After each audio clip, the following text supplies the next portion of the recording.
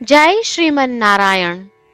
રામાનુજદાસ શ્રીમાન ગટ્ટુ વેણુગોપાલ સ્વામી દ્વારા વર્ણન કરેલ શ્રીમદ ભગવદ્ ગીતાનું ગુજરાતી ભાષાંતર હું આપને કહી રહી છું.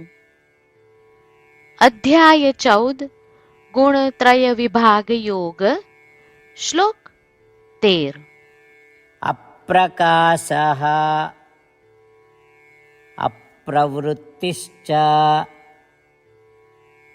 પ્રમાદો મોહ એવ ચ તમસ્યેતાનિ જાયન્તે વિવૃદ્ધે કુરુ નંદન. ઓમ. ગીતાચાર્ય શ્રી કૃષ્ણ પરમાત્મા અર્જુન સાથે આપણને બધાને ગુણત્રય વિભાગ યોગ શીખવી રહ્યા છે. પરમાત્મા કહે છે, અર્જુન, જ્યારે આળસ, પ્રમાદ અને ભ્રમણા ઉત્પન્ન થાય ત્યારે એ જાણવું કે તમો ગુણ બીજા બે ગુણો પર પ્રભુત્વ ધરાવે છે. અર્જુન, જ્યારે પણ તું આવશ્યક કાર્યો કરવામાં અનિચ્છા અનુભવે, જ્યારે આળસ તારા પર પ્રભુત્વ પ્રાપ્ત કરે, જ્યારે તું અયોગ્ય કાર્યો કરવાની ઈચ્છા ધરાવે, જ્યારે મિથ્યા જ્ઞાન સર્વે પાસાઓમાં તારા નિર્ણયોને પ્રભાવિત કરે, ત્યારે સમજ કે તમો ગુણનો પ્રભાવ અત્યંત પ્રબળ છે. આ પ્રમાણે શ્રી કૃષ્ણ પરમાત્મા આપણને શીખવી રહ્યા છે કે સત્વગુણ, રજોગુણ અને તમો ગુણ હંમેશા આપણી અંદર વિદ્યમાન છે અને જુદા જુદા સમયે આમાંથી એક ગુણ બીજા બે ગુણ પર પ્રભુત્વ ધરાવે છે અને તે મુજબ આપણા કાર્યોને પ્રભાવિત કરે છે. તેથી આપણા કર્તવ્યોનું પાલન કરવામાં આળસ ન કરીએ. અયોગ્ય કાર્યોનો ત્યાગ કરીને અને સાત્વિક આહારનું સેવન કરીને આપણે સત્વગુણ કેળવવાનો અને આત્માનું સાચું જ્ઞાન પ્રાપ્ત કરવાનો પ્રયત્ન કરીએ. આ પ્રમાણે કરતા આપણે સત્વગુણનો વિકાસ કરી શકીએ, રજોગુણ અને તમો ગુણને નિયંત્રિત કરી શકીએ તથા ત્રણેય ગુણોના બંધન કરતા પ્રભાવથી સ્વયંને મુક્ત કરી શકીએ છીએ. શ્રી કૃષ્ણ પરમાત્માના ઉપદેશોનું મનન કરતા ચાલો આપણે શ્રીમન નારાયણને પ્રાપ્ત કરવાના ઉદ્દેશ્ય સાથે આપણા શરીરનો ઉપયોગ કરવાનું આરંભ કરીએ. શ્રીમન નારાયણનું શરણ લઈ શ્રી કૃષ્ણ પરમાત્માના શબ્દોનું આ શ્લોક સ્વરૂપે પુનરાવર્તન કરીએ. અપ્રકાશો પ્રવૃત્તિશ્ચ પ્રમાદો મોહ એવ ચ તમસ્યેતાનિ જાયન્તે વિવૃદ્ધે કુરુ નંદન. શ્રી કૃષ્ણ પરમાત્માએ આખી ભગવદ્ ગીતાનો સાર અધ્યાય 18ના શ્લોક 65 થી 70માં 8 ઉપદેશ દ્વારા કહ્યો છે. શ્રી કૃષ્ણ કહે છે, જે મારા આ 8 ઉપદેશ અનુસરે છે તે મને પ્રિય છે. એ સર્વે ભક્તોનું હું બધી જ રીતે રક્ષણ કરીશ. શ્રી કૃષ્ણ પરમાત્મા પાસેથી આખી ભગવદ્ ગીતા સાંભળ્યા પછી અર્જુન કહે છે, કરીશ્યે વચનમ તવ. એટલે, કૃષ્ણ, હું તમારી આજ્ઞાનું પાલન કરીશ, તમે કહો છો એમ કરીશ. અને આથી જ શ્રી કૃષ્ણએ દરેક પ્રકારના યશ અને વિજય અર્જુનને આપ્યા છે.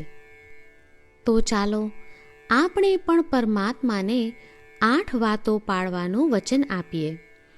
પરમાત્માને આપેલા વચનથી મોટી કોઈ પૂજા, તપ કે યજ્ઞ નથી. 8 પ્રતિજ્ઞાઓ જે આપણે લેવી જોઈએ તે હું હવે કહું છું. આપ સૌ પણ એનો મન અને હૃદયથી વિચાર કરો. આ રીતે શ્રી કૃષ્ણને વચન આપતી વખતે આપણે સૌ શ્રી કૃષ્ણની હસતી મુખમુદ્રાનો મનમાં વિચાર કરીએ અને પરમ આનંદનો અનુભવ કરીએ. જય શ્રીમન નારાયણ. આપણા 8 વચનો આ પ્રમાણે છે. આપણું પહેલું વચન, હે શ્રીમન નારાયણ, તમારા ઉપદેશ પ્રમાણે હું હંમેશા તમારું ધ્યાન અને ચિંતન કરીશ. આપણું બીજું વચન. હે શ્રીમન્નારાયણ, તમે કહ્યું છે તેમ હું સદાય તમારી ભક્ત રહીશ. આપણું ત્રીજું વચન. હે શ્રીમન્નારાયણ, હું મારા કર્મો તમને સંતોષ થાય તેમ અને તમારી સેવા માટે કરીશ. આપણું ચોથું વચન. હે શ્રીમન્નારાયણ, તમે અનુસરવા કહ્યું છે તેમ મને પૂર્ણ શ્રદ્ધા છે કે હું તમારી છું. હું સદાય મારા હાથ જોડી તમને નમસ્કાર કરીશ, તમારી ભક્તિ કરીશ. આપણું પાંચમું વચન. હે શ્રીમન્નારાયણ, હું તમારા શબ્દો યાદ કરું છું. મામેકમ શરણમ વ્રજ, તમે તમારી શરણમાં આવવા કહ્યું છે. શ્રીમન્નારાયણ, હું માત્ર તમારા જ શરણમાં છું. આપણું છઠ્ઠું વચન. હે શ્રીમન્નારાયણ, આપે કહ્યું છે મા શુચ, તમે અમને આશ્વાસન આપી શોક ન કરવા માટે કહ્યું છે, તો હું દુઃખી નહીં થાઉં, શોક નહીં કરું. આપણું સાતમું વચન.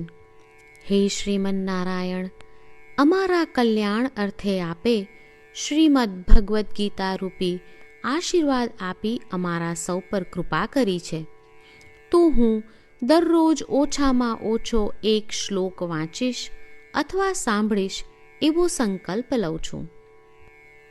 આપણું આઠમું વચન. હે શ્રીમન્નારાયણ, હું ગીતાના દૈવી શબ્દો એ ભક્તો સુધી પહોંચાડવાનો પ્રયત્ન કરીશ જેઓ ગીતાથી અજાણ છે. હે શ્રીમન્નારાયણ, તમે કહ્યું છે તેમ કરીશ, તમે કહ્યું છે એમ વર્તીશ અને તમારા માટે જ કર્મ કરીશ. શ્રીમન્નારાયણને આપેલું વચન કે દરરોજ તમે કહ્યું છે એમ કરીશું, એ જ એક મહાન પૂજા છે. તો ચાલો આપણે સૌ દ્રઢ શ્રદ્ધા સાથે પ્રભુ પાસે એક સંકલ્પ લઈએ. શ્રીમન્નારાયણ, કરીશ્યે વચનમ તવ. શ્રીમન્નારાયણ, હું તમારી આજ્ઞાનું પાલન કરીશ. સર્વમ શ્રી કૃષ્ણાર્પણમસ્તુ. જય શ્રીમન્નારાયણ. અપ્રકાશઃ અપ્રવૃત્તિશ્ચ પ્રમાદો મોહ એવ ચ તમસ્યેતાનિ જાયન્તે વિવૃદ્ધે કુરુ નંદન. ઓમ. અપ્રકાશો પ્રવૃત્તિશ્ચ પ્રમાદો મોહ એવ ચ તમસ્યેતાનિ જાયન્તે વિવૃદ્ધે કુરુ નંદન.